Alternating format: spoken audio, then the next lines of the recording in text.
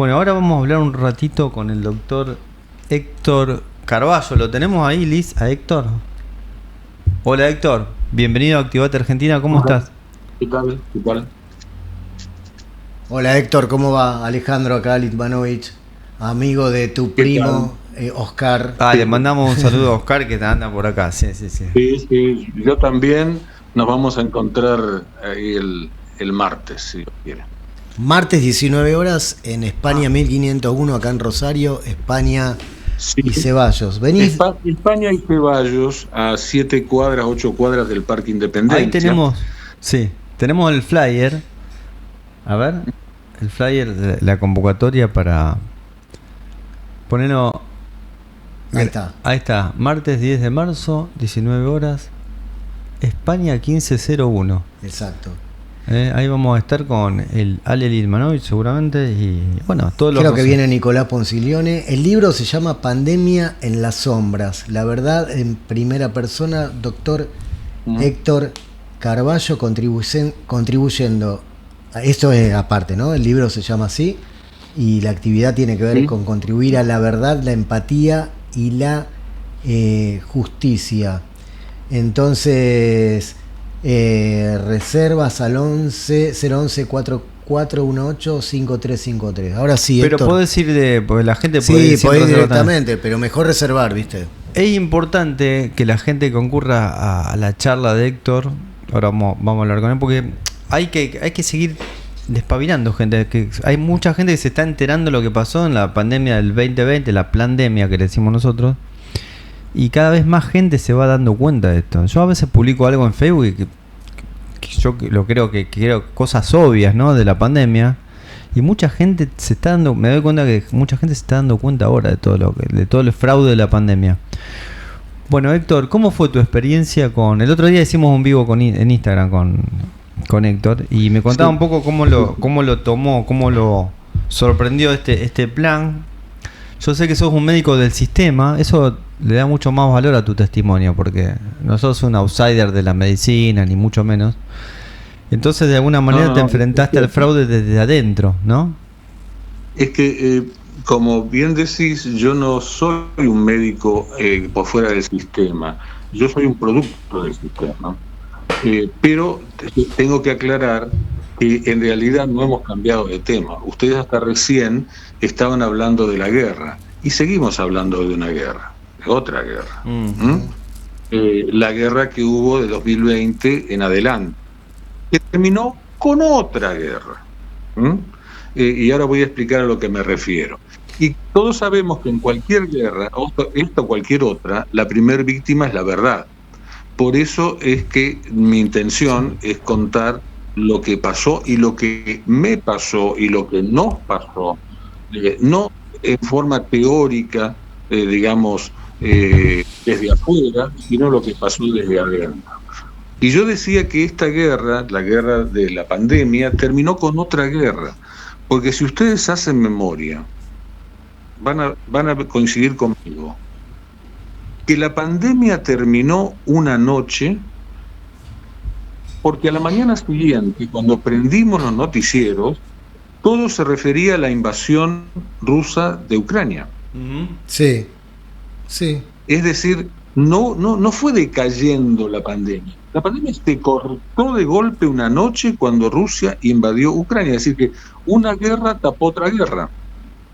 ¿Sí? Ujú. Y Sí. fue textual. Quien crea que estoy exagerando no tiene nada más que buscar los archivos. Y bueno, lo que vamos a contar es la experiencia de lo vivido, lo padecido. A ver, hay muchas cosas que las padecimos ustedes, yo, todos. El encierro, la estigmatización, el miedo, el machacar permanente con un relato único, hegemónico, el no poder acceder a la verdad, eso lo padecimos todos. Y Así es. después hay cosas que padecimos los que nos dedicamos a la investigación por Ujú. fuera de los canales del relato. Ujú. Eso ya fue una cosa más personal, que también la cuento. Perfecto. Bueno, ¿cómo fue tu darte cuenta siendo un médico que estaba trabajando, o no sé si vos estabas jubilado en ese momento, pero estabas trabajando, haciendo Yo actividad. estaba jubilado, pero seguía en actividad porque yo estaba como voluntario en la parte de docencia en el hospital. Iba con OREM porque Claro. estaba jubilado, pero como siempre me dediqué a docencia, estaba en eso. Bueno, explicarle a la gente, a los rosarinos, cómo fue el darse cuenta de un médico que está trabajando en el sistema y que había algo raro, que había un fraude, que el tema de la pandemia del COVID era un plan, en realidad, que estaba orquestado, ¿no? Bueno, es que en realidad me cuesta un poco explicarlo, porque no hay mucho para explicar. Lo que también es inexplicable es que la mayoría no se dieran cuenta, o si se dieron cuenta que no dijeran nada. Eso, Porque hacía agua el relato por todas partes. Hacía agua desde el inicio, hacía agua de acuerdo a las normativas que se daban, dejar personas en la casa con una tirita de paracetamol hasta que no pudieran respirar, que eso es lisa y llanamente aquí y en la China es abandono de persona. Después ingresarlos y meterlos en respirador en forma inmediata, lo cual también es una barbaridad, porque no hay cosa peor que se puede hacer a un pulmón inflamado que inflar. ¿Sí? Claro. Los que somos viejos y recordamos que los neumáticos de los autos traían cámaras, hago una aclaración. Yo pasé hasta mi adolescencia todos los veranos en Rosario. Ah, sí, mirá. Todos los veranos en Rosario, porque mis abuelos vivían en Rosario. Entonces íbamos a la Florida, al balneario de la Florida. Claro. Y una de las cosas que llevábamos era cámaras viejas de autos infladas para usarlas de salvavidas. Claro, sí. ¿Y qué cámaras se llevaban? Las que tenían más parches que cámaras. Claro, sí, la que... Porque la otra seguían rodando. Antes de tirarla ahora, claro, ahora bien, había que tener cuidado al inflarla, porque tenían tantos parches que si la inflaban mucho reventaba. Sí. Y lo mismo pasa con los pulmones. Es exactamente lo mismo, es un problema físico. Es lo que también se conoce como barotrauma. Trauma por omisión. Entonces, ya sea por omisión, al dejar a la gente librar su propio curso en la casa, o por acción, al aplicar terapéuticas que está demostrado que fueron más dañinas que la enfermedad propiamente dicha, en ambos casos se actuó mal. Y realmente es inconcebible que se hayan cometido tantos errores, porque todos nosotros cometemos errores, no existe una persona infalible. Ahora, si una persona lo único que hace son errores, ya deja de ser error en sí mismo, porque lo hace voluntariamente. Claro. Y reitero, yo no, al día de hoy que no alcanzo a entender, me trato de entender, pero no alcanzo a entender, y si en cierta forma lo entiendo, no lo puedo justificar, el silencio de la comunidad médica. Claro. El prestarse a esto, el prestarse a una payasada que si le hubieran preguntado 2 años antes, 3 años antes, en la facultad, ¿cuál sería su conducta a llevar ante este caso así, no hubieran contestado esto, porque los hubieran bochado. ¿Sí? Claro, sí. Y después no solo lo contestaron, sino que lo aplicaron. Y bueno, no tengo una respuesta para esa situación. Sí, vos me hacés... recuerdo a Mario Borini que decía eso: han quemado todas las bibliotecas de medicina, decía, la han quemado y nadie cuestiona nada. Y el otro día hablaba contigo de este tema de cuál es la actitud que tienen los médicos, si son esclavos, si son criminales o si son ignorantes. Debe haber 3 categorías de médicos, porque bueno, después me gustaría que ahondemos un poco en el protocolo para tratamiento del COVID. ¿Ahí te perdimos o estás ahí? Ah, bueno, se desconectó, ahora va a volver. ¿Sabes lo que le quería preguntar? ¿Qué le querías preguntar? No tiene mucho que ver con lo que veníamos hablando. O sí, creo que a él lo entrevistó Jorge Lanata. ¿Sabías eso, no? Ah, no. Esperá, lo quiero chequear porque capaz que estoy con no sabía un incipiente nada. Bueno, ahora deterioro cognitivo y estoy diciendo cualquier pavada. Pero no. Ahí está Héctor. Te quiero preguntar algo, Alejandro. Te saco un poco de lo que venías diciendo. ¿Se lo escucha, Liz? A ver. Habla, Héctor. Bien. Sí. No, a ver si te escuchábamos vos. A vos te llegó a entrevistar Jorge Lanata, ¿verdad? Sí. Bien, no mirá. me falla la memoria. Sí, ¿Qué sí. pasó con esa entrevista? No se publicó Hicimos mucho. una charla bastante extensa, de hecho la tengo guardada, incluso acá en el celular. Mira. La charla con Lanata fue muy extensa, fue muy respetuoso, porque Lanata tenía eso de ser medio así sobrador en algunas cosas, pero él era sobrador cuando el tema lo ameritaba. Acá no lo ameritaba, Claro, un tema y fue serio. sumamente respetuoso, y bueno, y quedamos en contacto después, bueno, ya él estaba ya con problemas graves de salud, ¿no? Sí. ¿Y qué sensación te dio?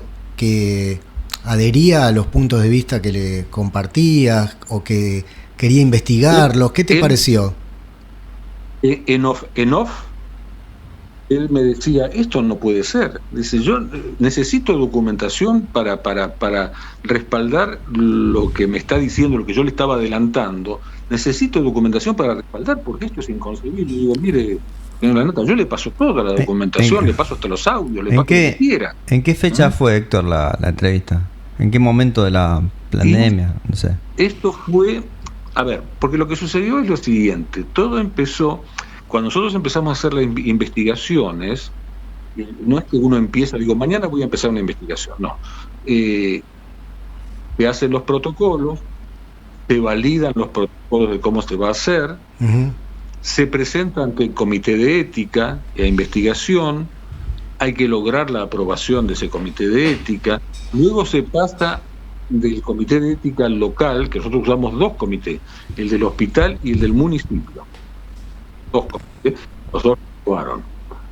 Se envía a Central, en este caso al Ministerio de Salud de la Nación, y luego se les va informando semana a semana de cómo avanzan y finalmente se le elevan los resultados. Todos esos pasos se cumplieron sin omitir nada.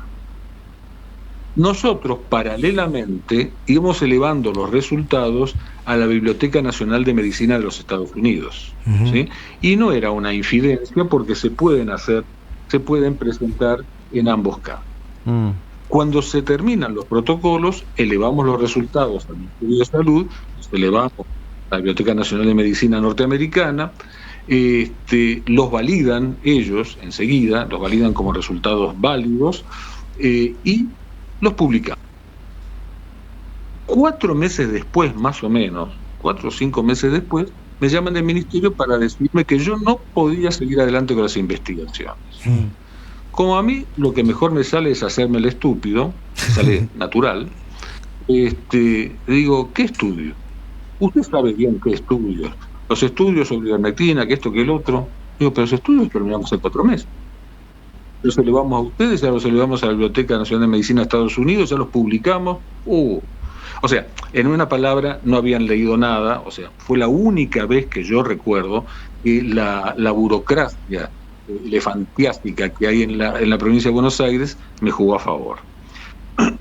Entonces, dice, ¿pero cómo hizo eso? Porque usted pone en riesgo su sueldo. ¿Qué sueldo? Le digo. Su sueldo. Digo, pues yo estoy jubilado. Si me quiere asustar con algo, dígame que me va a sacar la jubilación. Eso fue un error mío. Que me la sacaron la jubilación durante un año y medio. Por errores del sistema, de ellos. O sea, 1 año y medio no cobré, que ahora estoy en juicio, ¿no? Pero bueno, después me lo pagaron, pero es harina de otro costal. Lo cierto es que la conversación terminó mal, muy mal, con el ministerio, y a partir de allí empecé a recibir amenazas, me hackearon el teléfono, me hackearon la computadora, le mandaban mensajes a contactos míos, incluso familiares míos. No sé cómo miércoles hace, debe ser fácil para los hackers. Para mí que no sé bajar las escaleras masticando chicle, para mí era difícil. Pero bueno, lo cierto es que se tornó una situación bastante desagradable. Y bueno, con el tiempo fue pasando, Porque hay una cosa que no comenté, que también lo tengo grabado. Cuando nosotros íbamos a iniciar las investigaciones, salió en la TV pública. Nos hicieron una nota donde describíamos detalle por detalle lo que íbamos a hacer, como una esperanza. Pero estamos hablando de ivermectina, ¿no? Estamos hablando de ivermectina, más dexametasona, más aspirina, ¿sí? Más enoxaparina. Los protocolos tenían varias medicaciones simultáneas. El protocolo se llamaba IDEA, porque era el acrónimo de todas las cosas que incluía, y además porque sonaba lindo IDEA. Yo mentiría, sería una jactancia estúpida si yo dijera que la ivermectina era el tratamiento para COVID. Había un montón de tratamientos. Los primeros los sacaron en Francia, con la hidroxicloroquina, y dio excelente resultado, hasta que después lo sacaron, lo prohibieron. La doxiciclina, la citromicina, la colchicina, el dióxido de cloro. A ver, eso fue un error conceptual nuestro, ¿sí? Pensar que el virus era peligroso. Cuando hay un agente patógeno, en este caso este virus, es sensible a todo lo que yo estoy diciendo, es un virus de morondanga.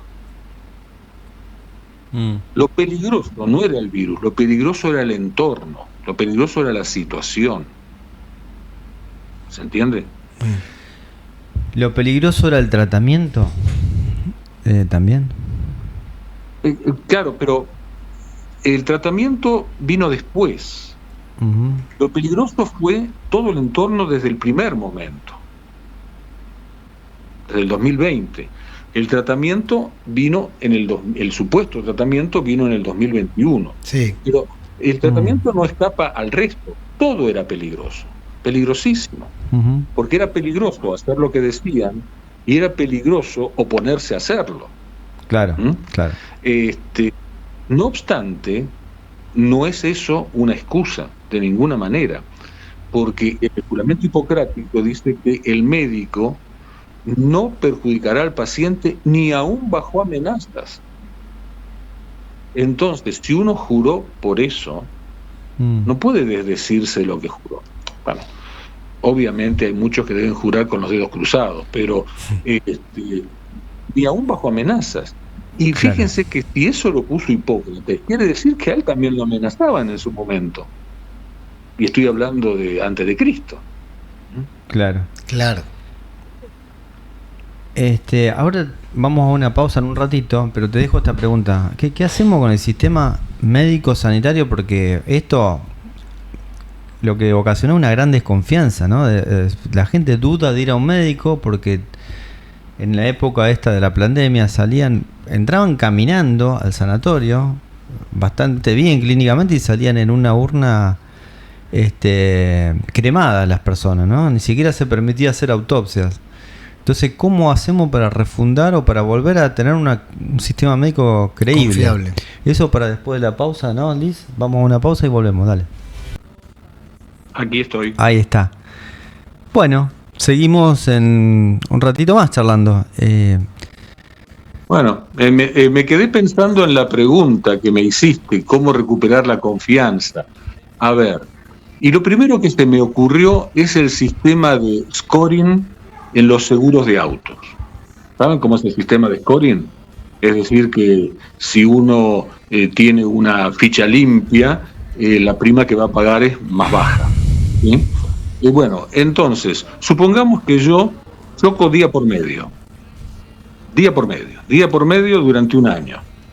Y después cuando me llega la renovación del seguro, digo, pero hijo, ¿cómo puede ser? ¿Cómo me subieron tanto la prima?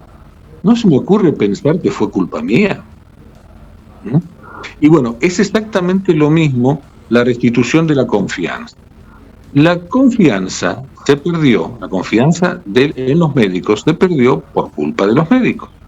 Entonces, recuperarla, el primer paso a recuperarla sería reconocer los errores cometidos.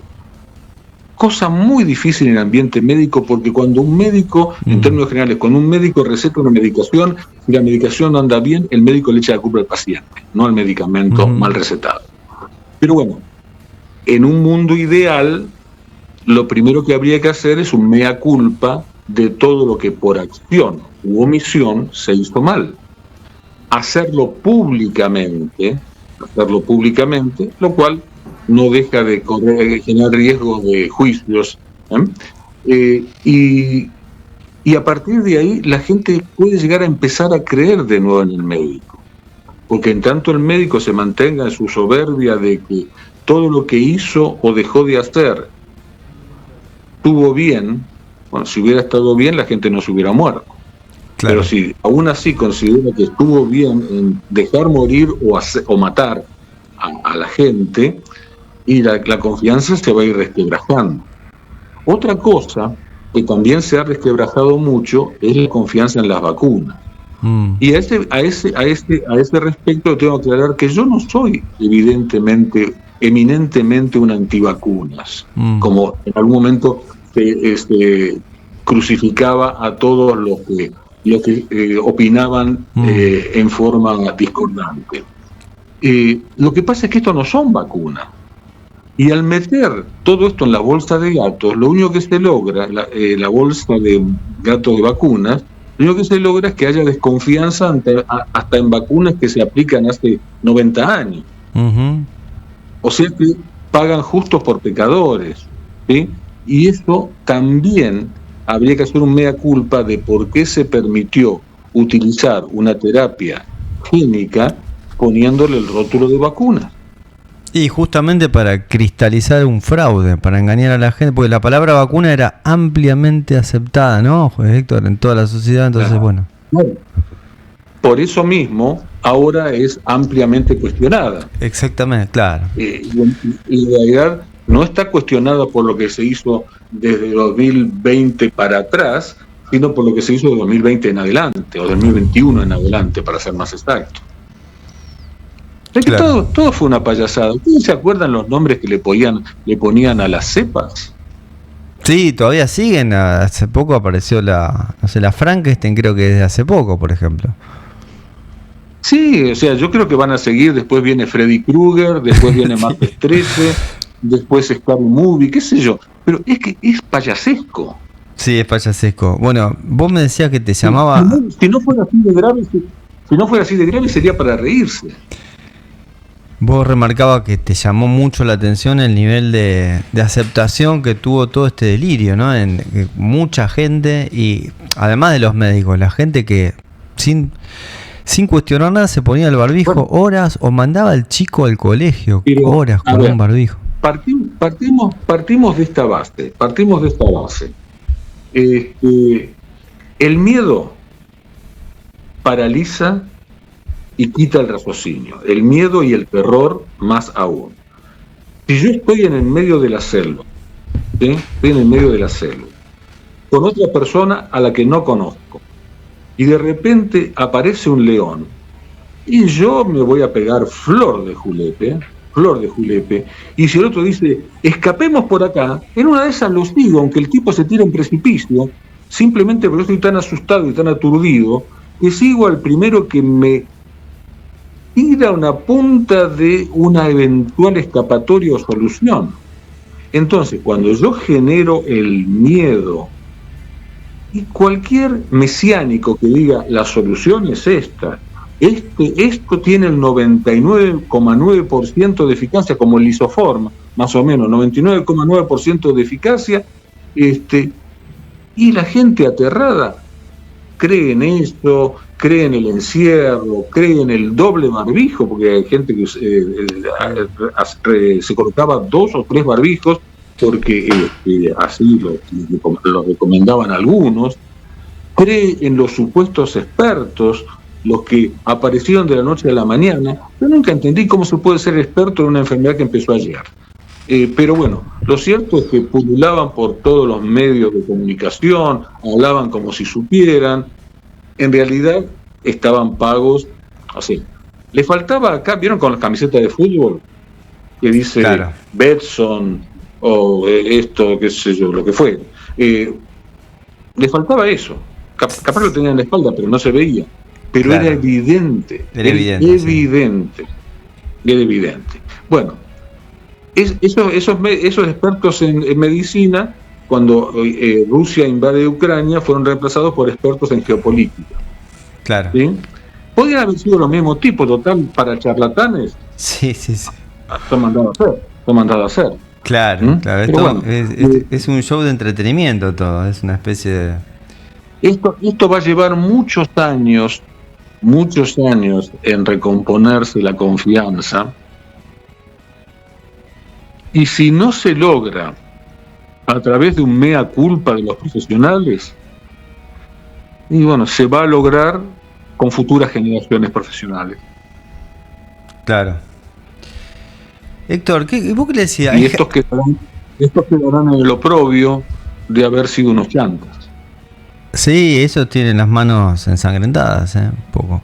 ¿Qué le decía a la gente que dice, bueno, no, pero mi tío murió de COVID y fue tremendo, y a eso le agregan que las vacunas en realidad detuvieron toda esa pandemia que estaba matando gente de la manera que se les murió a algunos parientes? En realidad, lo que yo le digo es que hay que fijarse en las estadísticas. Las estadísticas existen, estadísticas reales. ¿Qué quiero decir con esto? En el 2020, en todo el 2020, no hubo exceso de muertes a nivel mundial. ¿Qué es el exceso de muertes? Toda población, toda zona, todo país, todo continente tiene un número estimado de muertes por año. No es que las deseen, sino que es la estadística. Es decir, en tal lugar, en los últimos 10 años se ha muerto tal cantidad de gente cada año. Esa es su perspectiva de defunciones en el año. ¿Vamos bien? Uh-huh. Cualquier cosa que supere, que exceda las expectativas, es exceso de muertes. Por ejemplo, Ucrania tiene un exceso de muertes porque está en guerra. El Medio Oriente tiene un exceso de muertes porque está en guerra. Los países asiáticos tuvieron un exceso de muertes porque tuvieron un tsunami. Es decir, ante un exceso de muertes hay una causa que lo justifica. En el 2020 y hasta mitad del 2021 no hubo a nivel mundial exceso de muertes. Ustedes dirán, pero se veía la cantidad de pilas de cadáveres. Yo no estoy diciendo que no fuera cierto las muertes, pero no hubo exceso.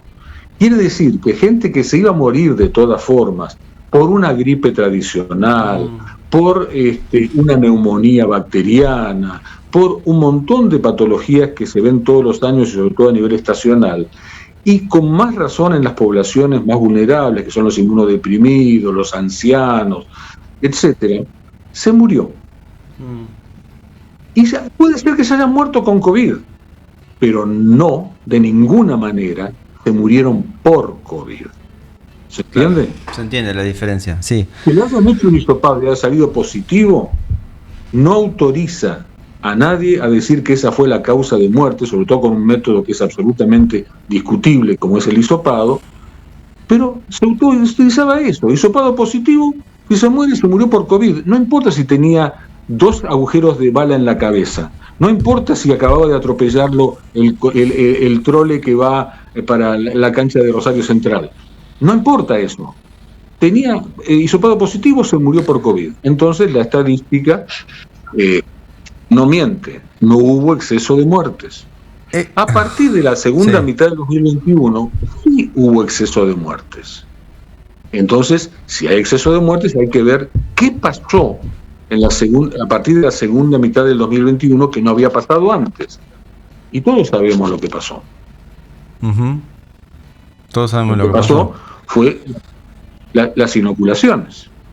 Ahí recién hubo exceso de muertes. Sí.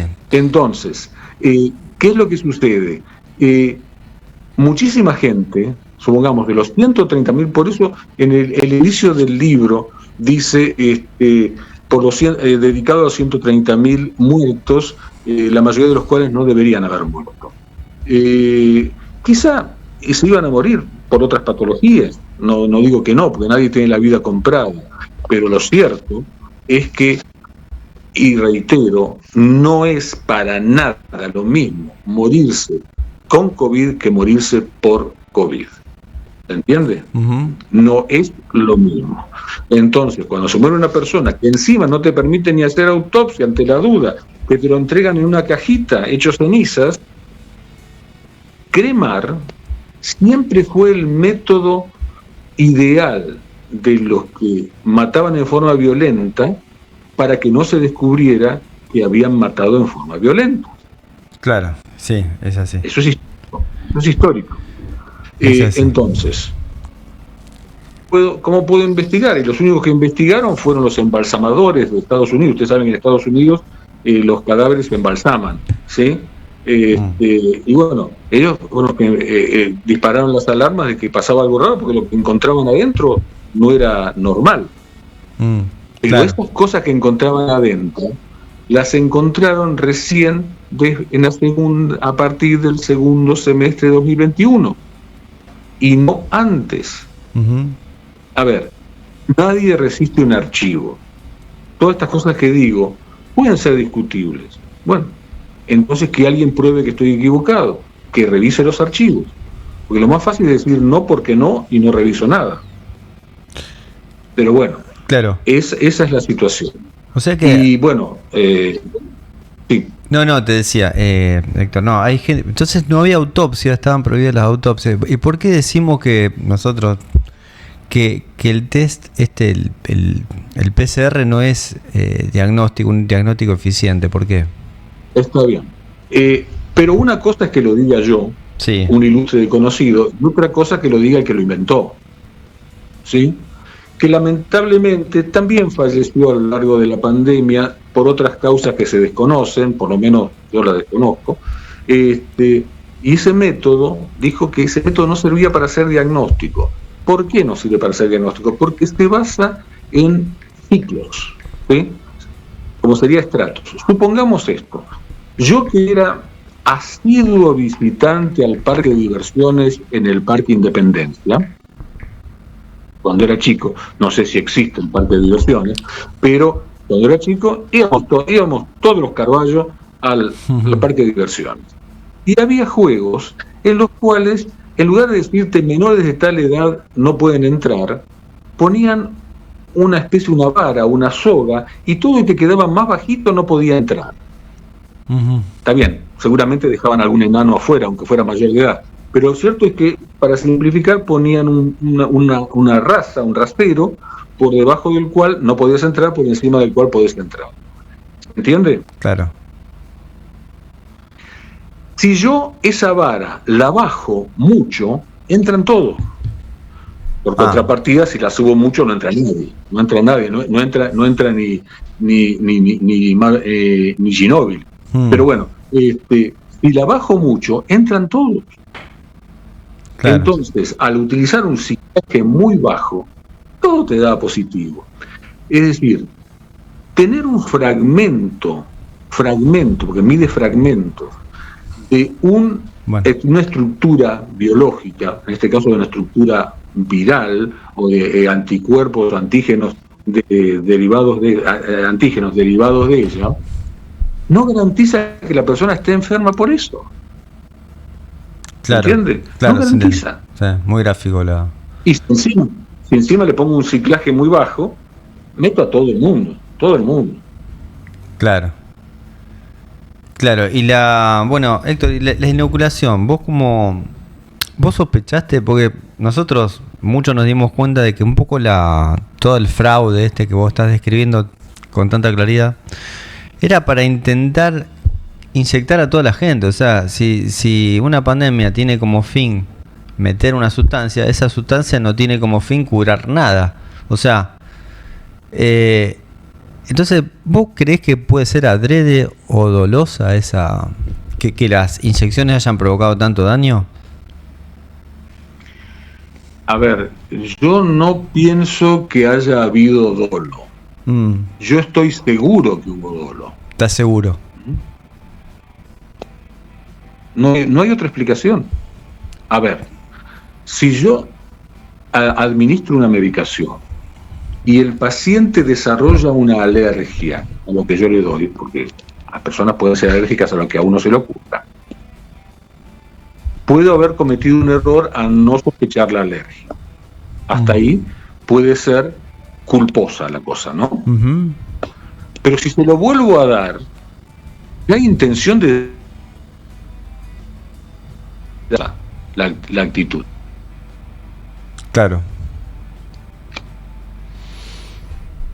Claro, ¿estás seguro que es doloso? Sí, la gente, yo creo que para muchos es muy duro aceptar que fueron engañados por el Estado, porque la verdad es que está acostumbrada a pedirle al Estado como si fuera un padre, y es una cuestión similar a que tu padre te haga una cosa que prácticamente tiene que ver con un homicidio, una tentativa de homicidio, un abuso, ¿viste esas cosas que pasan en la familia? Bueno, es muy difícil de aceptar este tipo de cosas tan pesadas, ¿no? Para la gente.